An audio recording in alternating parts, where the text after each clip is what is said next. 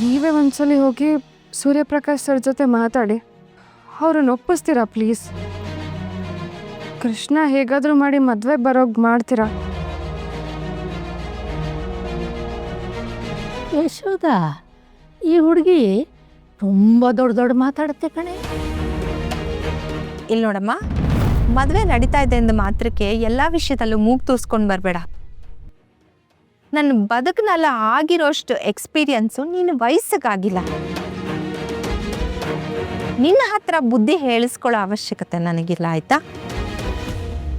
ನಮ್ಮನೆ ವಿಷಯದಲ್ಲಿ ಏನು ಮಾಡಬೇಕು ಏನು ಮಾಡಬಾರ್ದು ಅಂತ ನನಗೆ ಚೆನ್ನಾಗಿ ಗೊತ್ತಿದೆ. ನಾನು ಯೋಚನೆ ಮಾಡಿ ಮಾಡ್ತೀನಿ. ನಿನ್ನ ಸಲಹೆ ನನಗೆ ಬೇಕಾಗಿಲ್ಲ, ಗೊತ್ತಾಯ್ತಲ್ಲ? ಹೋಗು, ಬೇರೆ ಕೆಲಸ ಇದ್ರೆ ನೋಡ್ಕೊ. ಹೇಳಿದ್ರೆ ಸುಮ್ಮನೆ ನಿಂತಿದ್ಯಲ್ಲ, ಹೋಗಿ. ಯಶೋದ, ಇವಳು ಹೋಗಲ್ಲ ಅನ್ಸುತ್ತೆ, ನಾವೇ ಹೋಗೋಣ ಬಾರೆ.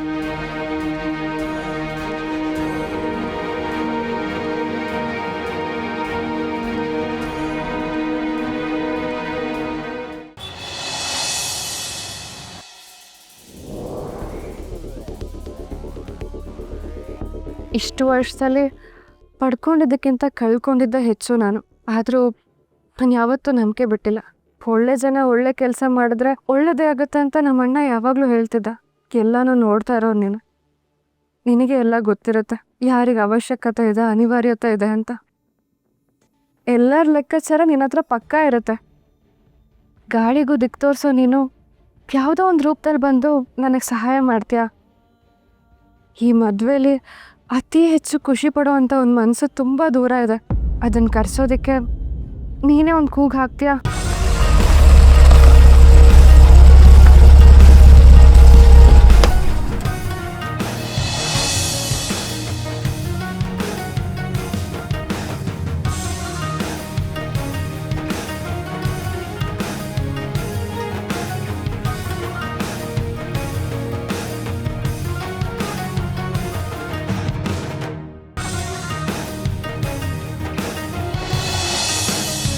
ರುಕು, ಕ್ಷಮಿಸಿ, ನೀವು ಯಾರು ಅಂತ ಗೊತ್ತಾಗಲಿಲ್ಲ. ನಾನು ಯಾರು ಅಂತ ನಿನಗೆ ಗೊತ್ತಿಲ್ಲ, ಆದರೆ ನೀನು ನನಗೆ ಚೆನ್ನಾಗಿ ಗೊತ್ತು. ನಾನು ಶಾಂತಿ ಅವ್ರ ತಂಗಿ ಅನು ಅಂತ. ಅಂದರೆ ಸೂರ್ಯಪ್ರಕಾಶ್ ಅವ್ರ ಹೆಂಡತಿ ಶಾಂತಿ ಅವರಿದ್ರಲ್ಲ, ಅವ್ರ ತಂಗಿ ನಾನು.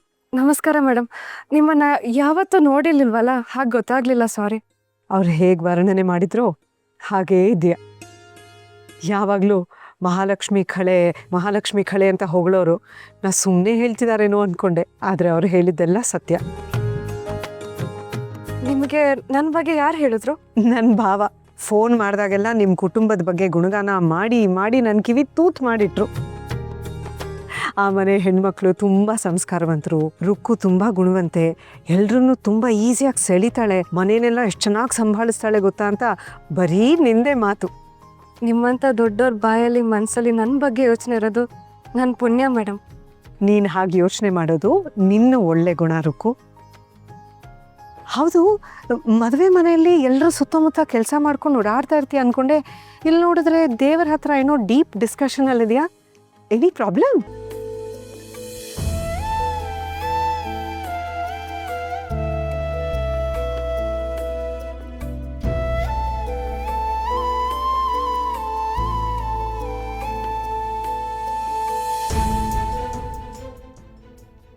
ಈ ಸುತ್ತಮುತ್ತ ಎಲ್ಲೂ ನೀನು ಕಾಣಿಸ್ಕೋಬಾರ್ದು. ನಡಿ ಆಚೆ. ಯಾರನ್ನ ನೀನು ಮದುವೆ ಛತ್ರ ಕರ್ಕೊಂಡೋಗ್ಬೇಕು ಅಂತ ಆಸೆ ಪಡ್ತಾ ಇದೆಯೋ ಅವರೇ ಹೇಳ್ತಿದ್ದಾರೆ ನಿನ್ನ ಮುಖ ನೋಡೋಕ್ಕೆ ಇಷ್ಟ ಇಲ್ಲ ಅಂತ.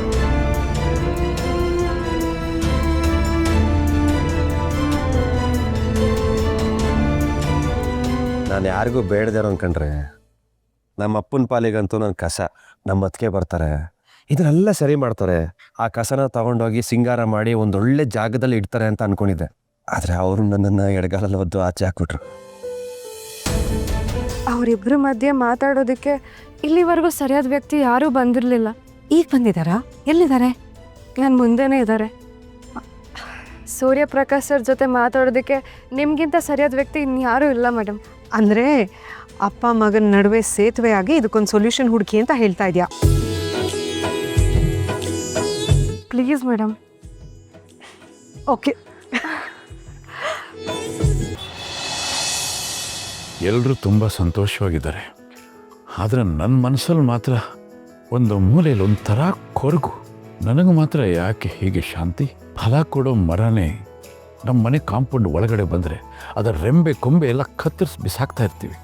ಇನ್ನು ಪ್ರಯೋಜನಕ್ಕೆ ಬರದೇ ಇರೋ ಒಂದು ಮರ ಬೇರು ಸಮೇತ ಮನೆ ಒಳಗೆ ಬಂದ್ಬಿಟ್ರೆ ಬಿಡ್ತೀವ ಅದನ್ನು ಕಿತ್ತು ಬಿಸಾಕ್ತೀವಿ.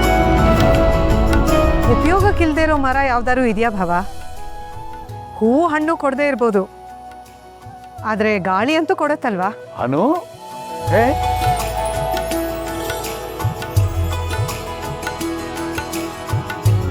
ತಿರ್ಗಾಯುಷ್ಮಾನ್ ಭವ, ತಿರ್ಗ ಸುಮಂಗಲಿ ಭವ.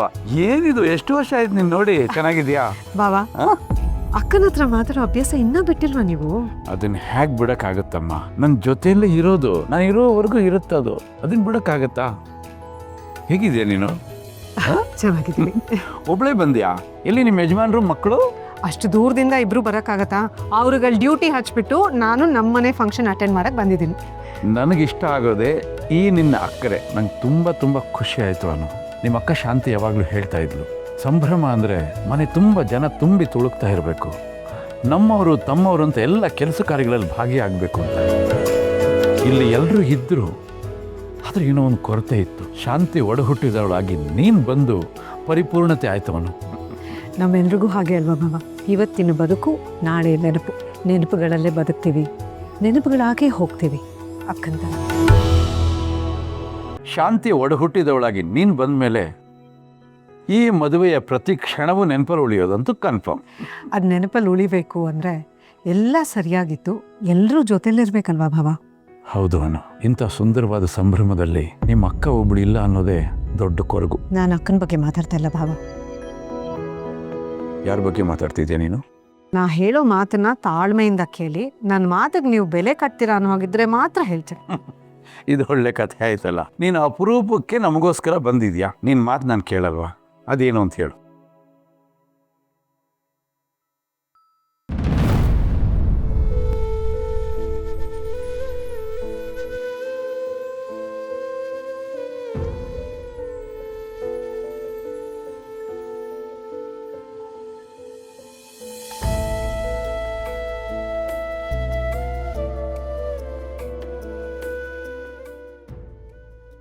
ಈ ಸುತ್ತಮುತ್ತ ಎಲ್ಲೂ ನೀನು ಕಾಣಿಸ್ಕೋಬಾರ್ದು. ನಡಿ ಆಚೆ.